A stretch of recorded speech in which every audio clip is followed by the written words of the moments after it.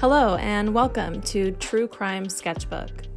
Watch me draw in my sketchbook while I tell you a story about a true crime case that has stuck with me ever since I first heard it. I got all my information from APC 2020, Season 41, Episode 26, called With Friends Like These. I won't be showing any visuals related to the crime, I'll only be showing my art. However, the information may be distressing for some, so discretion is advised. This story also involves mention of suicide. If you're experiencing thoughts of suicide, please reach out to someone or call the National Suicide Prevention Line at 1-800-273-8255.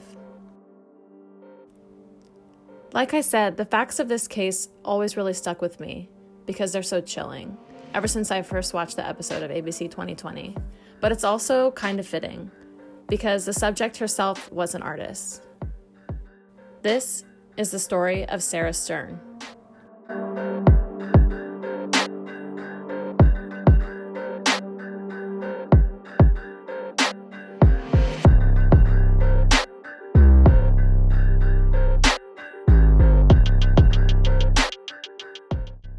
On Saturday, December 3rd, 2016, at 2:46 a.m., a man calls 911 to report an abandoned car on the Route 35 bridge in Neptune City, New Jersey. The car does not appear to have been in an accident, and nobody's inside.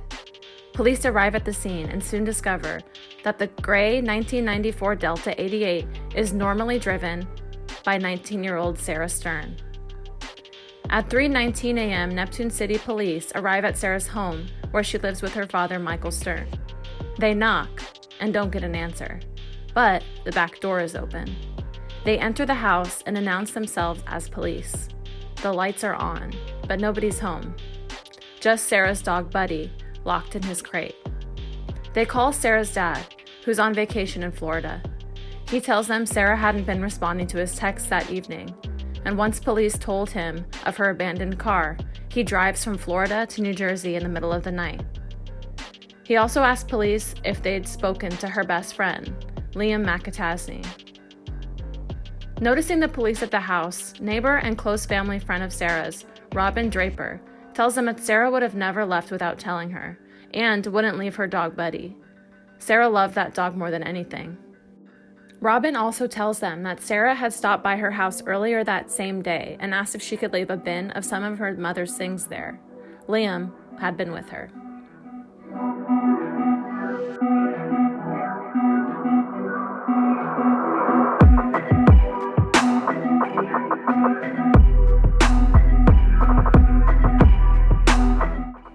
At 4:01 a.m., police knock on Liam's door, at a house he shares with his friend Preston.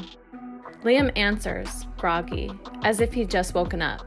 He tells police he'd been with Sarah that day, that they got food and hung out before he had to go to work at Brennan's Steakhouse at 4:30 p.m. The police ask him what mindset Sarah had been in that day, and he says she'd been wanting to go away and had mentioned going to Canada. He says she's been going through a lot and hadn't been getting along with her dad. Police ask Liam if he'll call Sarah, and he says he actually hasn't been able to find his phone.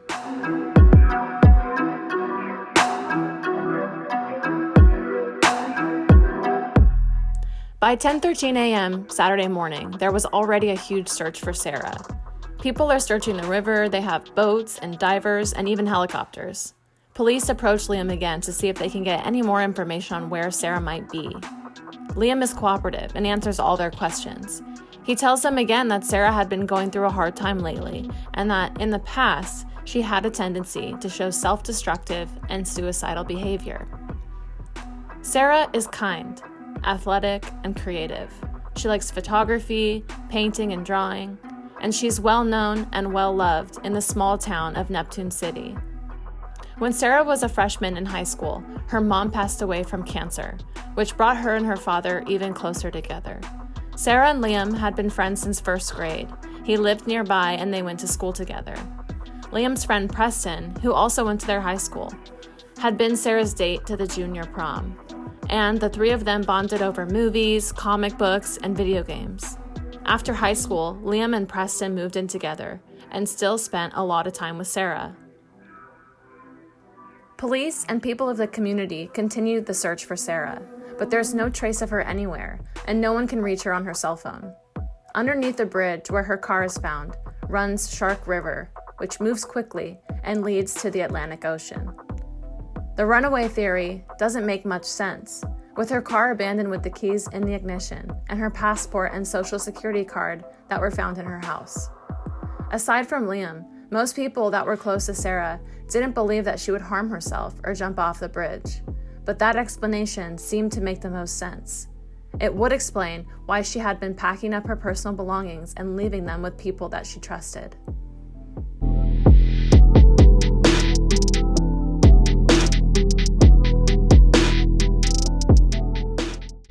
So, what happened Friday, December 2nd, the last day Sarah had been seen?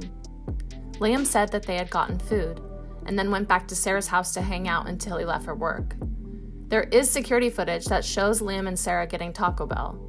There's also footage that captures him coming and going from work that backs up his story of working from about 4:30 to 10 p.m. One of Sarah's neighbors has a camera that coincidentally has a view of Sarah's driveway. This footage did corroborate that Liam left her house in the late afternoon to go to work, but it also shows Sarah and Liam leaving the house twice that day, when Liam said they'd only left once to get Taco Bell. Also on this footage, Sarah's car is seen to be leaving the driveway at 11:45 p.m. that Friday night, the last night that she was seen. From the footage, however, it can't be seen who is driving her car. 3 days after Sarah disappeared, detectives bring Liam into the station for a formal interview. Again, he's cooperative and answers all their questions.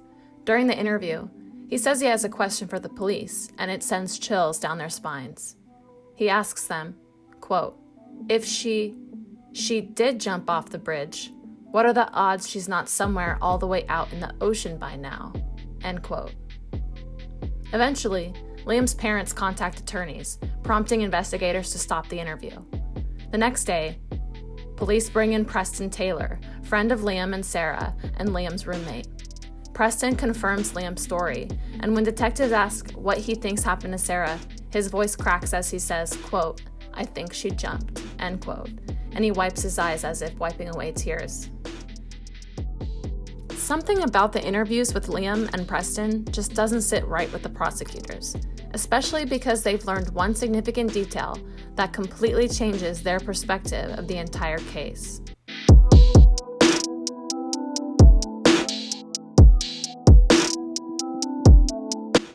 A couple months before Sarah vanished, she'd found a shoebox in her family's beach house in Avon.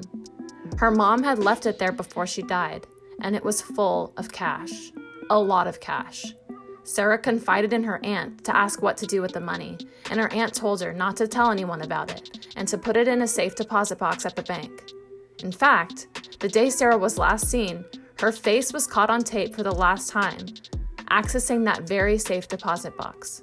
When police gained access to the box, they found $25,250 in 20s, 50s, and $100 bills in old currency. We can surmise from the neighbor's security cameras that this was the second stop that Liam and Sarah had made that day. While Liam presumably waits in the car, Sarah is caught on bank security footage, smiling and waving goodbye to the bank employees after accessing her lockbox. This is the last time her face is caught on camera. Something just doesn't seem right to detectives. With the amount of money Sarah had left in the bank, the chance of her running away and leaving it behind seems really unlikely. And the stories that they're hearing from Liam and Preston just don't sit well with them. But with no evidence and still no trace of a body, the case is threatening to become cold.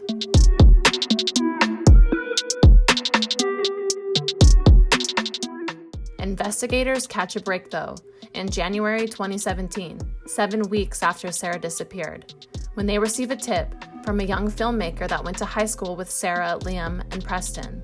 His name is Anthony Curry, and he's a friend of Liam's.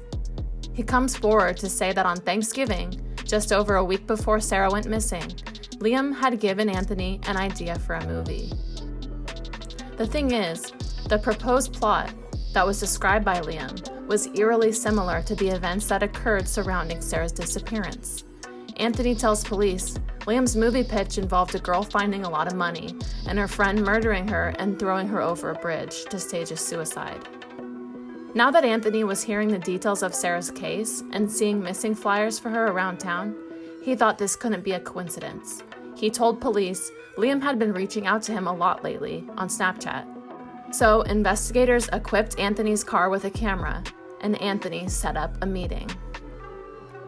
On January 31st, 2017, Anthony parks in a lot to meet Liam. Liam parks nearby and gets into Anthony's car. Anthony keeps his cool, playing the part of a friend meeting up to talk. The first thing Liam does is pat Anthony down for a wire. He says surely Anthony will understand considering everything that's going on. Liam doesn't know, however, that there is no wire, just a hidden dashboard camera capturing his every word. Police had prepped Anthony to ask probing questions in an attempt to get information from Liam. But as Anthony later stated, he barely had to ask Liam anything. Liam wanted to talk, and once he started, he didn't stop.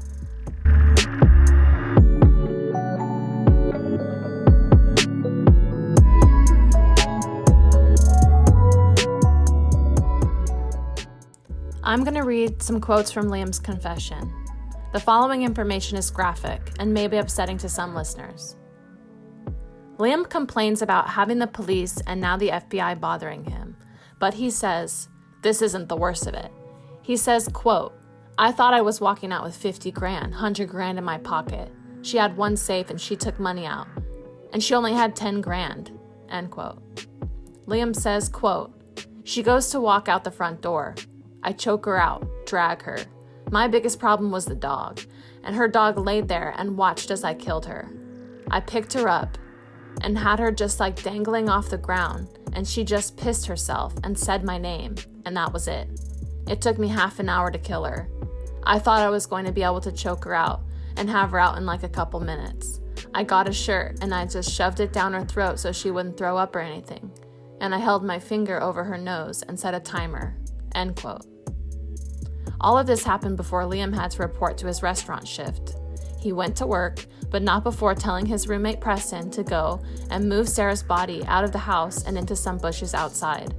He told Preston they'd dispose of the body later.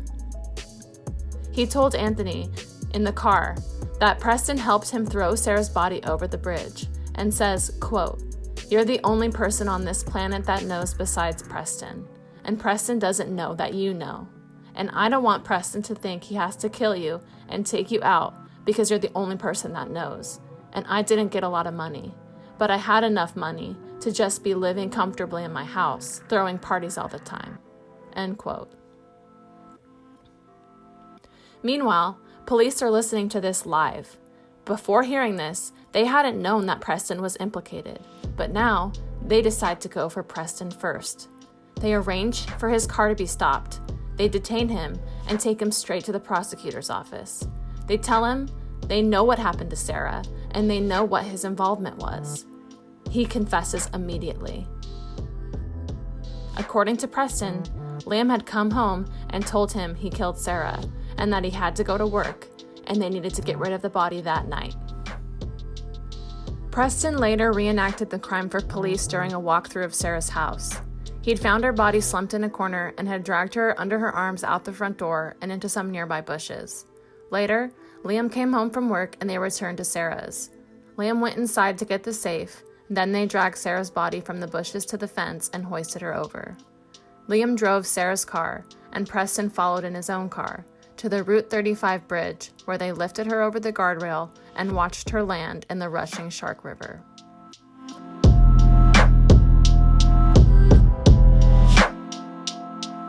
Preston also led police to where two safes were buried. The first was Sarah's original safe in Shark River Park, where they buried it empty. The second was the safe Liam had transferred the money to. It was a gray Century safe, number 002, and it was buried in Sandy Hook. Right after Preston led them to the second safe, police apprehended Liam and arrested him and searched his car. Attached to his keyring was a Century safe key, labeled with the number 002. Police used the key to unlock the safe and found $9,350 in cash inside.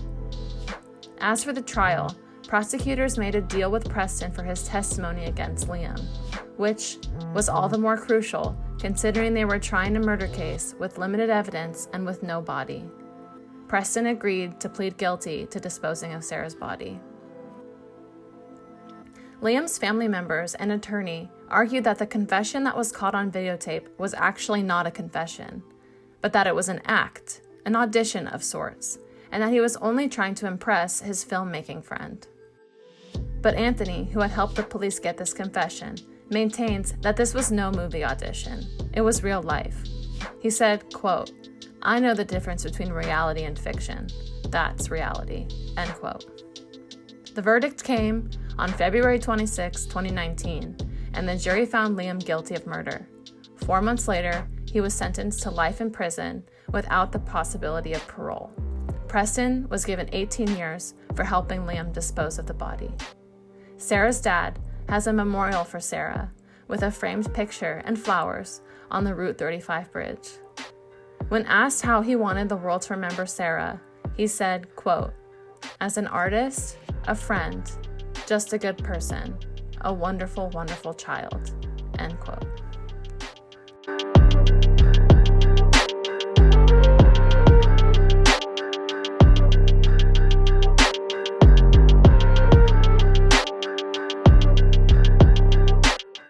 So that's the story of the murder of Sarah Stern.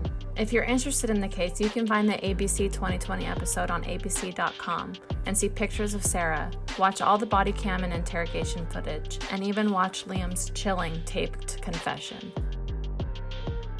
I think that part is really the reason that this case has haunted me. How can someone that claims to be your best friend commit such a violent and senseless act and then talk so callously about it? Thank you for watching. If you enjoyed this video and would be interested to see more True Crime Sketchbook videos, let me know in the comments so I can make another one.